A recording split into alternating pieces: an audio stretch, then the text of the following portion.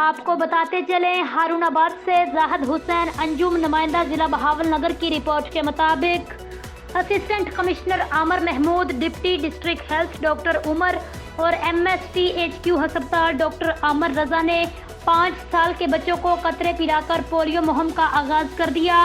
اس موقع پر ڈاکٹر انور Sukhera, doctor Iftikhar, doctor Atif رفیق، امجد رؤف، عمران ساجد، محکمہ صحت کے نمائندے بھی موجود تھے۔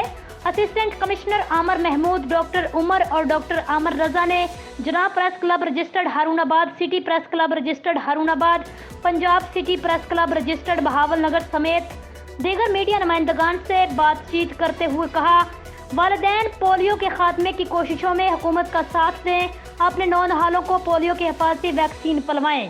واضح رہے کہ 2 اکتوبر سے 4 اکتوبر کے دوران 5 سال تک کی عمر کے بچوں کو پولیو ٹیمیں گھر گھر جا کر حفاظتی ویکسین کے قطرے پلائیں گی۔